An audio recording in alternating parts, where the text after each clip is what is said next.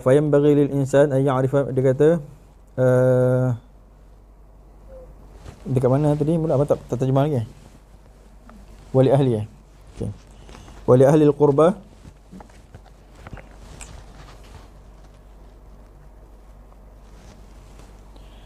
wali ahli al-qurbah ma la 'ainun ra'at wala uzunun sami'at wala khatar ala qalbi bashar. Itu yang pertama ya, dia kata bagi orang-orang yang sampai kepada peringkat qurbah. Qurbah ni maksudnya hampir orang yang muqarrabin, orang yang hampir kepada Allah. Ma la 'ainun ra'at, bagi mereka itu sesuatu yang telah dapat mereka itu akan sesuatu yang tiada pernah mata melihatnya. Wala udhunun sami'at, dan juga tidak pernah telinga mendengarnya. Wala khatar ala qalbi bashar, dan juga mendapat akan barang yang tidak pernah terlintas di dalam hati manusia. Wahya jannatul qurbah, iaitulah syurga qurbah. Syurga qurbah ni maksudnya satu tempat yang diminat, satu tempat kemuliaan bagi orang-orang yang muqarrabin. Jadi hampir kepada Allah itu terlebih mahu di sisi mereka daripada segala nikmat yang ada dalam syurga. Mereka bukannya, dia kata dekat sini, la fiha haurun, tiada di dalamnya itu bidadari, wala qusurun, tiada dalam tu istana. Wa yanbaghi lil insani an ya'rifa miqdarahu, maka sayugia bagi setiap orang itu mengetahui, bagi insan itu mengetahui akan qadarnya. Wala yad'i li nafsihi ma laysa bihaqqih, maka jangan dia mendakwa untuk diri dia itu barang yang bukan pada hak dia. Kama qala Aliun karamallahu wajhah, sebab seperti mana perkataan Sayyidina Ali, mudah-mudahan Allah menyucikan akan wajahnya, rahimallahu imra'an, sesungguhnya Allah merahmati akan seseorang lelaki ataupun akan seseorang, arafa qadrahu, yang mengetahui qadarnya, yang mengetahui diri dia itu peringkat apa je. Walam yata'adda tiwarahu, dan dia tidak melampaui akan batasnya. Wa hafidha lisanahu, dan dia menjaga akan lisannya. Walam yadi' umrahu, dan tidak dia membuang-buang akan umurnya. Jadi dekat dalam perkataan Sayyidina Ali itu ada menyebutkan arafa qadrahu, seseorang yang mengetahui akan qadarnya. Jadi kita tahu peringkat kita kat mana, jangan cakap lebih-lebih. Di dalam kitab kita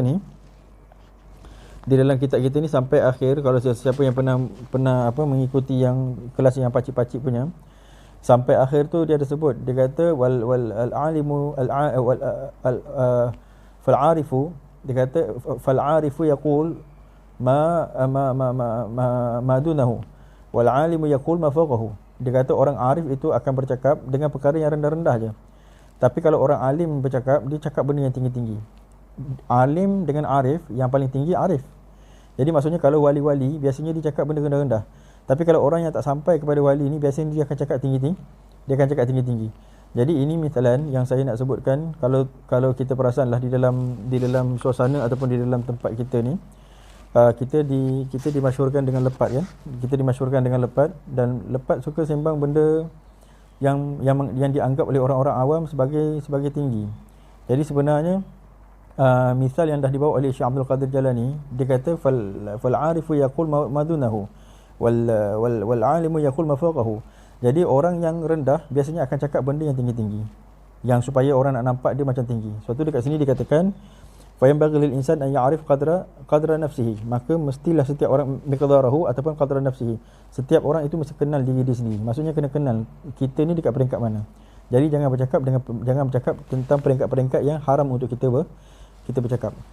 Jadi dia kata dekat situ ialah masalah ahli qurbah. Kemudian fa yanbaghi lil alim an yuhassila ma'na haqiqatil insan al musamma bi tifl ma'ani, maka sayugia bagi seorang alim itu mestilah dia menghasilkan makna hakikat.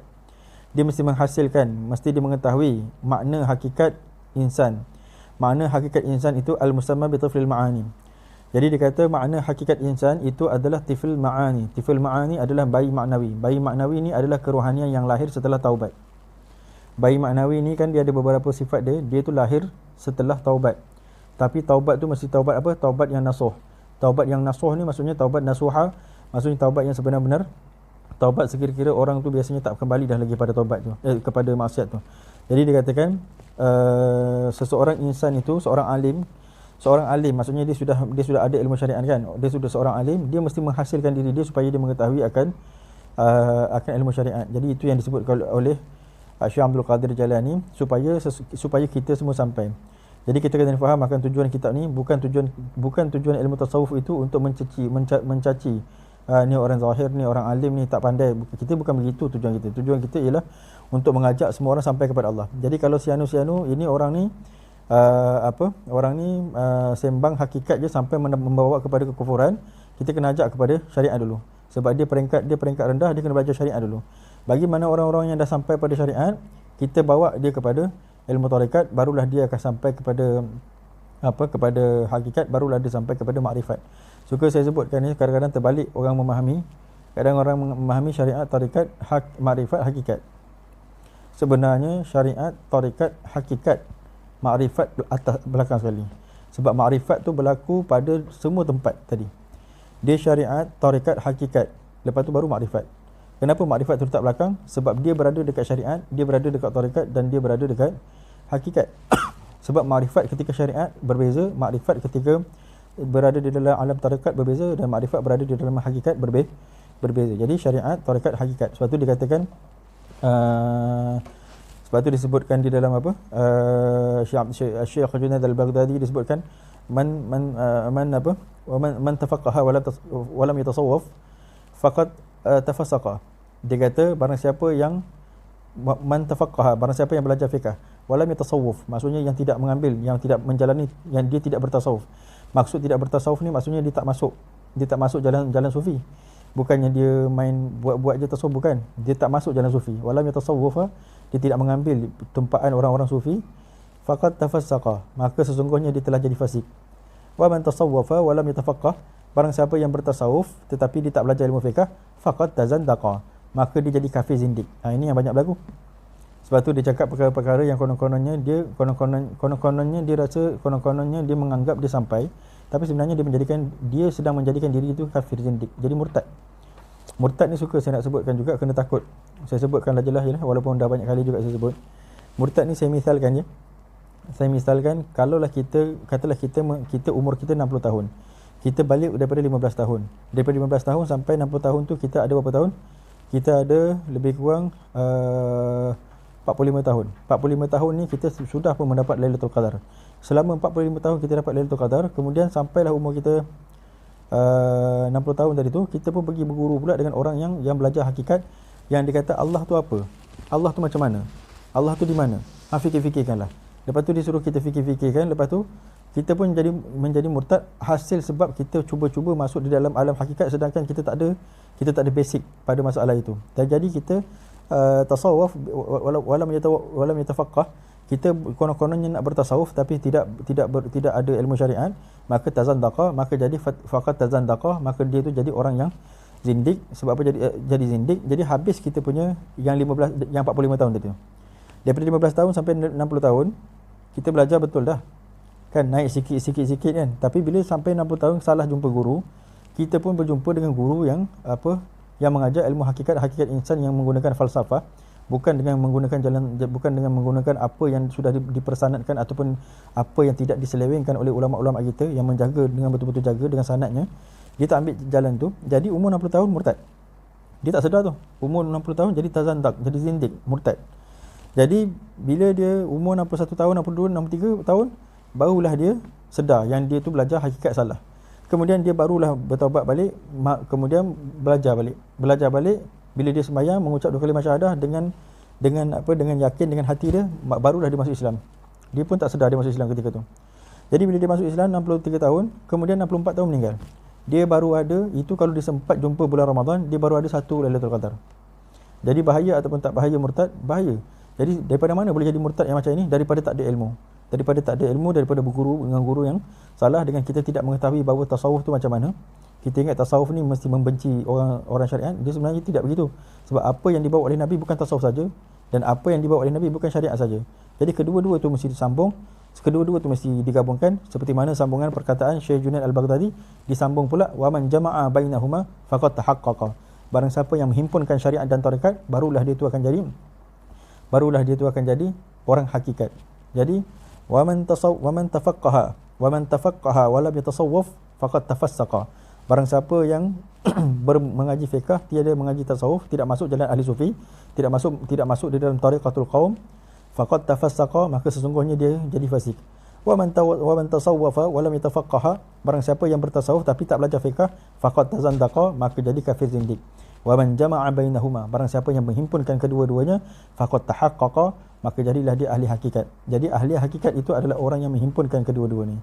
Jadi nak menghimpunkan kedua-duanya, mestilah kita, saya akan selusuri bagi tuan-tuan ataupun puan-puan yang berada dalam live ni, pada masalah nak menyampaikan tu, kita bukan sekadar kita ambil ilmu syariat, lepas tu kita pun mengambil bai'ah, lepas tu kita pun diam begitu je. Dia tidak gitu. Dia perjalanan, dia istilah tu nama dia perjalanan, istilah tu nama dia tarekah. Sebab dia tu satu perjalanan. Ketika masuk tu, kita mesti akan diuji. Diuji dengan bermacam-macam ujian yang sekira-kira kadang-kadang kita tak mengenal itu adalah ujian dan kita kalah padanya. Ataupun kita rasa ujian tu mendatang, kemudian kita sama ada kita lembut padanya ataupun kita tersangat keras padanya. Jadi yang demikian itu perlu kepada pimpinan mursyid. Jadi perjalanan tu dia sehingga seseorang itu menjadi yang pertama ilmu, kemudian yang pertama taubat, kemudian ilmu, kemudian amal, kemudian dia mesti melalui beberapa fitnah, kemudian dia mesti kemudian dia mesti beramal dulu, beramal dengan amalan dia, kemudian dia akan melalui beberapa fitnah. Dan fitnah tu mesti dilalui oleh setiap orang. Kalau tidak, dia tak akan sampai. Sebab fitnah tu sahaja yang menunjukkan sama ada dia tetap dengan syariat ataupun dia tak tetap dengan syariat. Dia tetap dengan tarekat ataupun dia tak tetap dengan tarekat. Barang siapa yang tak tetap, Allah tak sampai kepada qurbah. Jadi dekat situ kita nak tengok sama ada dia buang syariat ke ataupun dia buang tarekat ke. Jadi dekat situ kita akan melihatlah siapa yang sampai dan siapa yang tak sampai. Jadi bukan senang-senang sekadar kita pun mengaji fiqh, kemudian kita pun mengaji syariat, kemudian kita mengaji tasawuf, kita rasa kita dah benar. Dia tidak begitu. Suatu dalam kitab ni dia akan tunjuklah beberapa tangga-tangga dia. Jadi saya ulangkan ya. Jadi setiap seorang tu disebutkan oleh musannif sini, dia kata fayanbaghi likulli insani ya'rifa miqdarahu wa la yata'ali nafsihi ma laysa bihaqqihi. Maka setiap orang mesti mengenal kadar dirinya sendiri, jangan dia mendakwa barang yang bukan hak dia. Bukan hak dia. Seperti mana yang perkataan Sayyidina Ali tadi ya. Baik, kita terus ke bawah pula. Fayanbaghi lil alim an yuhassil al ma'na al haqiqatil insan. Maka sayugi bagi seorang alim itu mesti menghasilkan makna hakikat insan. Hakikat insan dekat sini ialah maksud hakikat insan itu sebenarnya adalah tiflul ma'ani. Jadi jangan kita terpengaruh dengan orang-orang yang mengatakan hakikat insan dengan falsafah yang hina, falsafah yang membawa kepada kesesatan. Jadi tiflul ma'ani ni secara ringkasnya ialah satu jiwa yang lahir. Satu nama dia tifl ma'ani. Tifl ni maksudnya baby yang baru lahir, bayi. Bayi ma'ani ni maksudnya bayi maknawi, bayi yang baru lahir. Kita ni bayi, tapi dulu bayi, sekarang kita dah bukan bayi. Jadi yang lahir itu adalah tifl ma'ani. Jadi yang lahir itu adalah taubat. Bila benda tu lahir, biasanya ketika seseorang tu mengambil bai'ah ataupun begitulah, ketika orang tu mengambil bai'ah, biasanya ketika orang tu mengambil bai'ah ke itu yang jadi kadang-kadang menangis, kadang-kadang begitulah jadinya. Kadang-kadang sedih sangat tu. Sebab merasakan baru mendapat pertalian, baru mengambil pertalian sampai kepada Rasulullah untuk sampai kepada Allah. Jadi itu sebabnya seseorang tu jadi nekat dia sampai meninggalkan segala maksiat dia. Kemudian berbetulan jikalau dia tu dipimpin terus oleh guru, maka dia terus berjalan. Kadang-kadang tiful ma'ani ni, seseorang walaupun dia dapat tiful ma'ani, tapi kadang-kadang ketika jadi itu sebenarnya tiful ma'ani, tetapi kalau tak dijaga dia akan jatuh juga. Seperti mana para wali, walaupun wali dia boleh juga jatuh. Cuma orang yang mendapat tiful ma'ani ataupun para wali kalau jatuh biasanya susah nak naik. Jadi dia kata tiful ma'ani, itulah maksudnya hakikat insan ya. Hakikat insan bukan seperti mana yang difalsafahkan oleh beberapa orang. Sebab kalau tuan-tuan perasan kita ingin bertanya kepada orang-orang yang menceritakan tentang hakikat insan ni, sebenarnya ke mana dia nak bawa? Satu saya katakan, perkara ni kalau benda barang-barang ulama, ilmu ulama, serahkan kepada ulama, jangan kita pandai-pandai. Jadi serahkan pada ulama. Bila dia menceritakan tentang hakikat insan, disebutkan tentang mata, huruf apa, kening, huruf apa, hidung, huruf apa. Kemudian disebutkan tentang hakikat insan tu, kejadiannya pula daripada faraj dan aimani dan zakar. Ini semua tak ada perkara-perkara yang bukan dia tu daripada agama Islam. Jadi untuk apa dia menceritakan benda tu? Untuk apa dia nak menceritakan bahawa Allah tu berada dalam diri kita? Untuk apa? Sebab kalaulah dinakalkan daripada perkataan Allah tu di dalam jubahku seperti mana perkataan para wali, tuan-tuan sulusuri juga tengok dulu perjalanan para wali tu. Mereka tu tidak meninggalkan syariat. Jadi kita ni kadang-kadang syariat pun tak tahu, tapi nak cakap macam cakap wali, lepas tu mengambil pula daripada falsafah-falsafah orang yang sesat. Jadi ilmu tarikat tu ditomah dengan sesat. Daripada mana ditomah dengan sesat? Daripada orang-orang yang jahil, daripada orang-orang yang sesat, daripada orang-orang yang tak mengetahui langsung agama tapi nak cakap tentang hakikat agama. Basic agama tak tahu tapi nak cakap hakikat agama. Jadi apabila mereka menceritakan tentang Allah tu, Allah apa sebenarnya aku ke Allah, ataupun sebenarnya dikatakan hakikat faraj dan zakar, untuk apa cerita benda tu? Sedangkan kalau di sisi kita, di sisi ahli tasawuf, untuk makrifah kepada Allah tu ialah untuk zauq. Sehingga kan di dalam kitab Ad-Durrun Nafis, Syekh Muhammad Nafis tu menceritakan, dia kata orang yang sampai kepada hakikat, orang yang sampai kepada hakikat, sampai dia digelar orang yang layak untuk digelar arif billah. Maksudnya orang tu mesti sampai hakikat. Siapa orang tu? Orang yang mengenal dirinya sebagai hamba dan mengenal Tuhannya sebagai Tuhan. Ini orang-orang hakikat sendiri cakap. Syekh Nafis tu, kalau di belakang Syekh Muhammad Nafis, di belakang kitab Durrun Nafis tu disebutkan berapa tarekat yang dipakai. Dia tu memakai tarekat Qadiriyah, dia memakai tarekat Syadzuliyah, dia memakai tarekat Nasyabandiyah, dia memakai tarekat Khalwatiyah dan beberapa lagi nama-nama tarekat yang dipakai. Jadi dia bukan sebarang orang. Jadi dia menyebutkan dalam kitab tu apa yang disebutkan oleh para wali, ahli hakikat itu adalah orang yang mengenal diri dia sebagai hamba. Itu sebabnya dikatakan man arafa nafsah faqad arafa rabbah. Barang siapa yang mengenal diri dia, dia akan mengenal Tuhan dia. Maksud mengenal diri bukan mengenal diri sampai kata diri Tuhan. Dia tidak begitu. Sebab itu Allah ketika menaikkan Nabi sallallahu alaihi wasallam Isra Mi'raj, Allah tidak mengatakan subhanallazi subhani asra bi. Asra bi ataupun asra bi nafsi. Allah tak cakap maha suci aku menaikkan diri aku pergi Isra Mi'raj. Dan Allah pun tak cakap subhanallazi asra bi nabiyhi. Nabi tak cakap. Tapi Allah sebut subhanallazi asra bi 'abdihi. Allah kata maha suci aku yang menaikkan ataupun yang memperjalankan asra bi 'abdihi lailan minal masjidil haram ila al masjidil aqsa, yang memperjalankan hambanya. Jadi Nabi ketika diperjalankan Isra dan Mi'raj itu ialah ketika Nabi sampai kepada kemuncak kehambaan. Jadi itulah kemuncak hakikat insan yang ada pada Nabi sallallahu alaihi wasallam, iaitu kehambaan. Jadi sebab tu yang tinggi, yang arif, yang wali, yang ahli hakikat ialah orang yang betul-betul merasakan hamba. Itu sebabnya juga saya sebutkan juga Syekh Abu Yazid Al-Bustami. Syekh Abu Yazid Al-Bustami dengan Syekh Junaid Al-Baghdadi. Kedua-duanya adalah kibarul awliya, kedua-duanya adalah wali yang besar. Kibarul awliya itu maksudnya wali-wali yang besar, dan kedua-duanya ahli hakikat, dan kedua-duanya ahli fikih. Ahli fikih, kalau saya nak tunjukkan kepada kisah kepada Syekh Junaid Al-Baghdadi.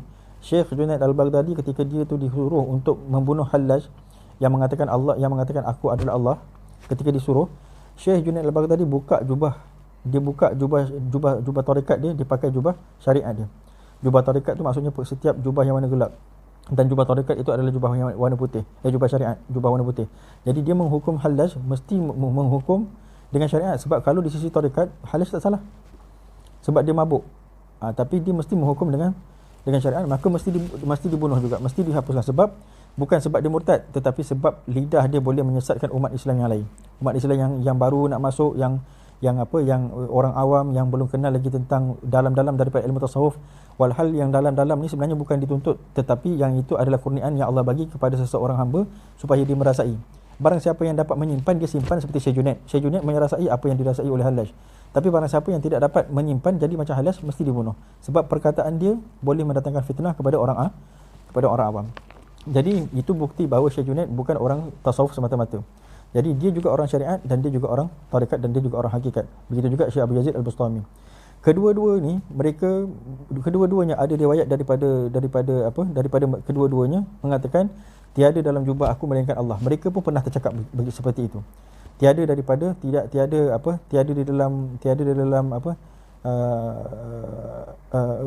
dan juga mereka mengatakan subhani, maha suci aku. Sepatutnya maha suci Allah kan. Tapi sebab dia tak nampak diri dia, sebab tu dia kata maha suci aku. Maha suci aku tu sebenarnya maha suci Allah. Jadi dia ternampak seolah-olah diri dia pula Allah. Jadi perkara-perkara ni nama dia syatahat. Syatahat ni perkara-perkara yang terlanjur lidah. Jadi walaupun mereka kedua-duanya ahli hakikat sampai mereka boleh terlanjur lidah, tetapi ketika datang satu orang ke rumah dia, mengetuk pintu, bertanya, Assalamualaikum. Dia pun jawab waalaikumsalam. Ketika orang bertanya kepada dia, boleh tak aku nak berjumpa dengan saya nak berjumpa dengan ini rumah Syekh Abu Yazid ke? Syekh Abu Yazid Al-Bustami ni. Ni kisah ni Syekh Abu Yazid. Jadi bolehkah kami nak berjumpa dengan Syekh Abu Yazid? Dia kata, aku sendiri pun sedang mencari Syekh Abu Yazid. Aku sendiri pun sedang mencari Abu Yazid selama 40 tahun. Aku belum menemukannya. Jadi mereka tu adalah orang-orang yang arif billah, wali-wali, ahli hakikat. Mereka pun mengatakan tak kenal diri. Aku pun sedang mencari, tak kenal lagi maksud dia. Aku pun sedang mencari Syekh Abu Yazid tu di mana. Bersalahan dengan kita yang kadang-kadang baru masuk tarekat ataupun tak ada masuk tarekat pun, ataupun masuk tarekat separuh jalan keluar, ataupun tak ada masuk tarekat pun, tiba-tiba nak baca hakikat insan, kemudian kita pun mengarut-ngarut. Kemudian kita pun mengatakan kita kenal diri dan kita katakan orang yang tak kenal diri. Hasil daripada bacaan je. Suatu dikatakan oleh setengah daripada guru, bukan disebut oleh semua kebanyakan ulama sufi, dikatakan malam yakul lahu syekhun fa syaitana syaikhuhu. Barang siapa yang tidak ada syekh, maka syaitanlah syekh. Inilah yang berlaku kepada orang-orang hakikat yang suka ambil daripada buku, lepas tu suka takwil daripada Quran tanpa guru. Ambil daripada ayat Quran tu takwil supaya bawa kepada kesesatan, ambil buku-buku hakikat baca supaya bawa kepada kesesatan. Jadi inilah yang termasuk di dalam yang dikatakan malam yakul lahu syekh fa syaitana syaikhuhu. Barang siapa yang tiada baginya syekh, maka syaitanlah syekhnya. Jadi benda ni terkait-kait daripada orang tasawuf sampai kepada orang syariat. Begitu juga orang syariat apabila baca hadis, sampai bila dia jumpa hadis sekian, dia kata kentut tak batal. Bila dia baca hadis sekian, dia kata pegang isteri tak batal. Jadi berjumpa hadis sekian, dia membuat kekacauan dalam fatwa-fatwa fikih yang muktabar. Jadi sebab apa jadi menjadi kekacauan dalam fatwa-fatwa fikih dan fatwa-fatwa tasawuf? Sebab tak ada guru, tak ada kaedah nak pakai, tak ada tempat pautan. Itu sebabnya. Jadi itu saya sebutkan maksud tiful ma'ani ini adalah kehambaan. Jadi jangan terkeliru bila orang kata kehambaan tu satu makam, kata dia. Kehambaan itu satu makam, tak sedar tu satu makam. Sebenarnya tak sedar tu bukan makam, tak sedar tu ahwal. Jadi orang kadang-kadang dia tak tahu, dia tak boleh nak membezakan apa yang dikatakan ahwal, apa yang dikatakan makam. Itu saya sebutkan. Jadi perkara ni perlu kepada guru, tuan-tuan. Dan guru tu mesti orang yang pernah lalu dan pernah istiqamah lebih daripada 20 tahun. Kalau dia tu tidak pernah istiqamah, susah nak jadikan dia guru tu, tak boleh. Sebab istiqamah dia tak ada. Jadi dia tidak ada ahwal dan dia tidak ada makam. Sebab istiqamah tu satu makam. Istiqamah tu adalah perjalanan mengharungi ahwal. Bila dia dah mengharungi ahwal, daripada ahwal tu jadi ketetapan. Bila dia istiqrar, dia qarar pada, dia mutamakin pada ahwal, baru dia jadi makam.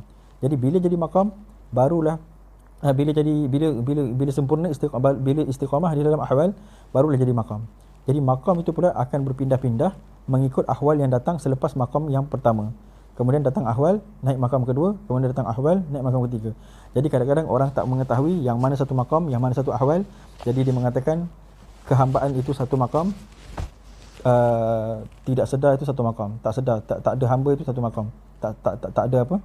Tak ada yang dilihat melainkan Allah, itu satu makam. Jadi sebenarnya mereka terkecundang daripada memahami hasil daripada tidak berguru ataupun hasil daripada guru yang tidak sempurna. Maksudnya tidak ada zahir batin, maka mereka pun tidak mengetahui ataupun mengambil tarekat daripada orang yang tidak dilatih.